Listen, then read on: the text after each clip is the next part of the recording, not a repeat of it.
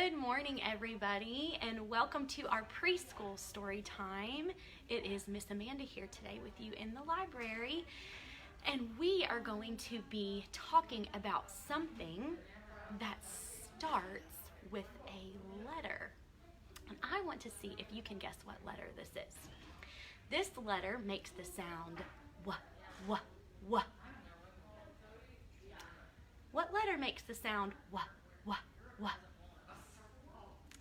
If we want to write this letter, we can take our pointer finger and start up and go down, up, down, up. What letter is that? It is the letter W, and we are talking about water today. Water starts with the letter W. Let's all try to write the letter W together again. Are we ready? You take your pointer finger, and we're going to start up and go down, up, down, up. Great job. We're going to keep our letter W here so we can see it while we do some of our fun activities today. Let's see here. Okay. This is a book about water, and it is called Heather Fell in the Water. It was written by Doug McLeod and Craig Smith, and it was published by Allen and Nguyen. So let's read a story together. Heather fell in the water. Heather was a little girl who always fell in the water. She didn't mean to do it, and she didn't enjoy it, but she fell in the water nearly every day, especially when she was wearing her good clothes. Heather's parents were worried for her safety, so they made her wear water wings all the time. One day, her parents took her to visit a farm. Heather fell in the water. Oh no. They took her to an art gallery, but guess what? Heather fell in the water. They took her to a Japanese tea house. What happened? Heather fell in the water. Heather started to hate the water, and she was sure that the water felt the same about her. Why else would it make her fall in all the time? When the children at school had to take swimming lessons, Heather refused to go. "The water hates me," she said. But Heather's parents told her she really should learn how to swim in case she fell into some deep water one day. If you look closely, you can see what's hiding under the water, a big shark. So they took Heather to the swimming pool. They held her hands as Heather tiptoed into the shallow water, and then they let go. Heather didn't fall over. Instead, she sat down, and it felt nice. She asked her parents if she could take off her water wings. They said yes. Heather moved her arms through the water. That felt nice too. She wriggled and kicked her legs. She was having a great time.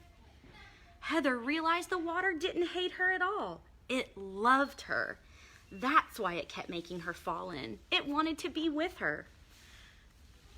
So Heather promised her parents she would learn to swim if it stopped making her fall in all the time. The water kept its bargain. Heather stopped falling in the water. Instead, she would put on her bathing suit and climb bravely into the pool all by herself. Later, Heather would dive in off the diving board. I bet she made a big splash. Later still, Heather competed in the school swimming sports. Heather was the champion. Her parents were so proud that they jumped in and did a dance when they fell in the water. Do you guys like to go to the swimming pool? It seems like Heather really, really liked it after she learned how to swim, right? There are lots of places that we get to see and use water. Can you guys tell me what some of those places are? The swimming pool, just like Heather. We use water to brush our teeth and to wash our hands. And what about wash our body and our hair in the bathtub? We see water when we go to the ocean, when we kayak on a lake, when we watch fish jump in a river. There is water everywhere on our earth. And it's very, very important that water is essential for us to be able to live. This morning, if you guys looked outside, there was a lot of rainwater that came from the clouds, wasn't there? So I thought maybe we could sing some songs about water. And you can sing along if you know them. Are we ready? Let's get in our boat. And I'm going to hold my oars and we're going to row our boat. Are we ready? Row, row, row your boat gently down the stream. Merrily, merrily, merrily, merrily, life is but a dream. Row, row, row your boat gently down the stream. Merrily, merrily, merrily, merrily, life is but a dream. Very good, everybody. I know you guys were sitting in your boats. Next, we're going to sing a song that's a little bit of a tongue twister. Let's see. Here we go. A sailor went to sea to see what he could see. And all that he could see was the bottom of the deep blue sea. Let's do a silly rhyme now. Are we ready? A sailor went to knee to see what he could knee. And all that he could knee was the bottom of the deep blue knee. A sailor went to B to see what he could be. And all that he could be was the bottom of the deep blue B. Great job, everybody. I really like that one. Had a lot of rhyming words in that. Now, I wanted to do a little science experiment with you guys. And we are going to have a special guest help me with this science experiment. She's coming right now. Here she comes. This activity is called sink or float. Here's Miss Kristen. Hey guys. We went around the house, around the library, and collected some items that we are going to test if they sink or float in water. So you can go around in your own house and pick up any type of items or maybe your favorite toys that you'd like to try too. And we're gonna see what happens. So this is a great activity, parents, that you can introduce a couple of science words. You could introduce the word hypothesis or buoyancy or density. Okay, so I'm going to hold up an object and Miss Kristen is going to guess. Do you think this object is going to sink or float, Miss Kristen? Ooh, it's a whale, and I think it's going to float. Okay, let's try it. Yay! Woo! She got that one right. Okay, this one is a creepy spider, and it doesn't weigh that much. It's pretty light. So what do we think? I'm gonna say it's gonna sink. Okay, let's see if it sinks. Oh, that one can float. Okay, let's see. This one is something that you could find in water. It's a seashell. Maybe you could find this at the beach. So let's drop it in and see. What do you think? I think that's gonna sink. It does feel quite heavy. Oh yeah. Oh, she was right about that one. Straight to the bottom.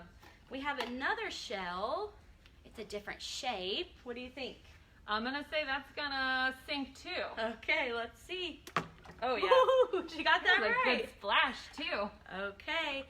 This one is, we got a pom-pom ball. Pom-poms. What do you think? That's gonna float. Okay, I'm let's gonna guess. see.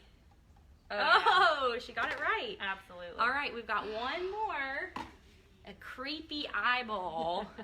Let's see. What do you think, Miss Kristen? That's gonna float. Okay. Yep. Good job. Thank you so much. Okay, so we got to see which objects float and which ones sunk. And I think Miss Kristen guessed them almost all right. Almost, yeah. I didn't get the spider. The spider, you thought that was going to sink. We have made some really neat little bags for you guys that you are able to do this experiment at home. So we collected some items around the library for you. We gave you our little sink or float labels. We got a little sheet that you can chart. Your child could guess write their hypothesis down on, what they thought. So these will be out in the library today. Over where, right when you walk in the door on the left, we'll have these up on the display, so you're welcome to come in and grab these. These are, of course, perfect for preschoolers, but also you could do this activity with younger or older children. I encourage you, before you start this activity, to go around with your child and let them help you collect some extra items too. We will also have some really good books about water on display. If you remember, water starts with the letter W. Right? So you can come in and check out all of our books about that, and that's what we have for you today. So I wanted to sing you another silly little song I learned, and then I will sign off of here. Are we ready? I am going to say something, and then you can repeat after me. Do you know what that means? When you repeat after me, it means I say something and then you say it. Okay, are we ready? See you later, alligator.